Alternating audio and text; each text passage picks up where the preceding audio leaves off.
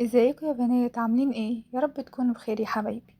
حد ينقذني من ولادي بجد والله، حد ينقذني من ولادي. قولوا لهم اللي انا كده خلاص.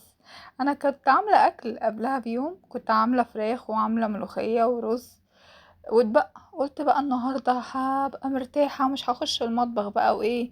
طبعا كلنا عارفين احنا ما بنصدق يبقى عندنا اكل باقي من اكل قبل ايه، قبلها بيوم. قالوا لي لا يا ماما مش عايزين الاكل ده. طب اعمل ايه؟ اعمل لنا ايه؟ عايزين سندوتشات. قعدت افكر اعمل ايه، لقيت عندي كده، قعدت ادعبس في التلاجة وادور.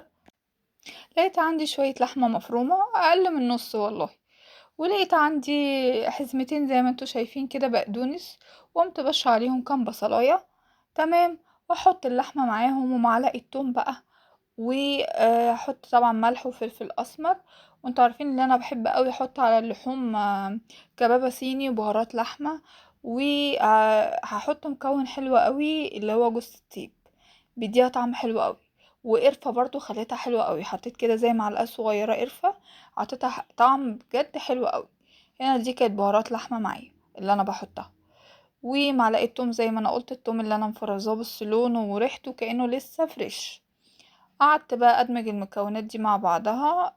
هنا جوز الطيب انا بجيبها كده وببشرها، ما بحبش اجيبها بودر بس. وقعدت بقى ايه، اعمل اللحمه اخلطها بالمكونات دي كلها، ولقيت البوتاجاز عايز يتمسح. قمت بالمنظم اللي انا عاملاه ده. المنظم ده حلو قوي يا جماعه، زي ما انتم شايفين كده بمسحه.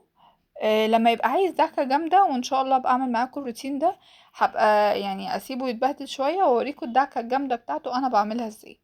لكن لما يبقى خفيف كده بالمنظف اللي انا عاملاه، بمسحه زي ما احنا شايفين كده على طول، بيروح بيلمع، بيروح والله بيبرق. وكانت العين الصغيرة بتاعت القهوة دي مكانها، انا بص العيون اول باول بغسلها، حتة سلكة كده وحبة صابون، وامشي عليها اول باول، ما تسيبهاش تتراكم، هتلاقي لونها يعني. حتى انتم ملاحظين العيون بتاعتي كلها بتاعت البوتاجاز كأنها لسه جديدة، لان انا اول ما بلاقي عليها نقط سودا كده ما على طول بغسلها. قلت بقى اغسل المواعين اللي انا عملتها دي مكان العيش اللي انا بعمله لهم باللحمه. تمام. طب انا مش عايزه اعجن وكسلانه، اعمل ايه؟ هغلب مش هغلب. والله يا جماعه كل واحده فينا ما بتصدق يبقى ايه عندها اكل بايت وتقول خلاص انا مش هعمل اكل. ما كانش عندي غير عيش بلدي، اللي هو حتى مش بتاع العيش بلحمه اللي احنا بنجيبه مخصوص، لا عيش بلدي عادي جدا من فرن بلدي.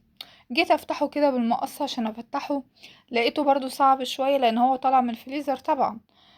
قعدت احاول فيه ولقيت فيه فتحات. طب اعمل ايه؟ بقيت اسخن رغيف رغيف كده على النار، كاني هحشي فيه سندوتشات عادي، لقيته بيتفتح معايا بكل سهوله.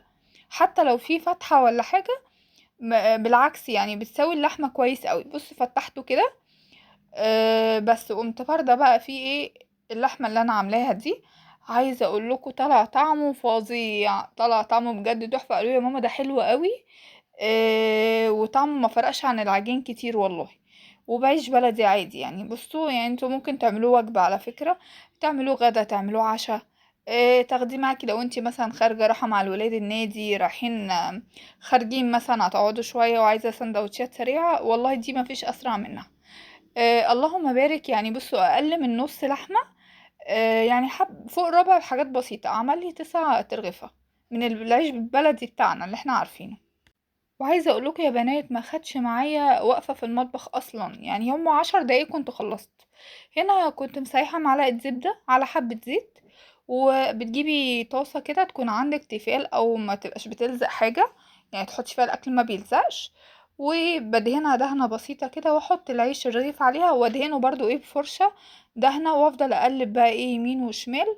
وبالمعلقه كده زي ما انتم شايفين انا بتك على العيش عشان اللحمه اللي جوه تستوي. وفي نفس الوقت يعني ما تعليش النار قوي عشان العيش بتاعك ما يتحرقش، يبقى ايه محمر كده. عايزه اقول لكم هيبقى العيش كريسبي كده وحلو وفيه قرمشه تحفه، مش هيبقى ناشف على فكره. عايزاه طري خالص، اول ما تطلعيه من الطاسه غطيه على طول. بس بصوا انا بوريكم، كان يعني اللهم بارك كان تحفه. والقرمشه بتاعته واللحمه من جوه استوت. بصوا انا هنا مش قادره امسكه لان كان لسه سخن طبعا. بصوا انا بوريكم اللحمه استوت من جوه. الرغيف معاكي مش هياخد له وقت اساسا على البوتاجاز، يعني بالظبط بتاع حوالي 3 4 دقايق. وتلاقي العيش بتاعك استوى. هنا الكمية كلها عملتها. وده يوسف ابني طبعا هو محروق يطلع في الكاميرا، قال لي ماما مش عايزه اطلع، بس ان شاء الله انا وراه لحد ما اطلعه لكم عشان تشوفوا المنورات اللي انا وهو على طول، انا وهو في حرب.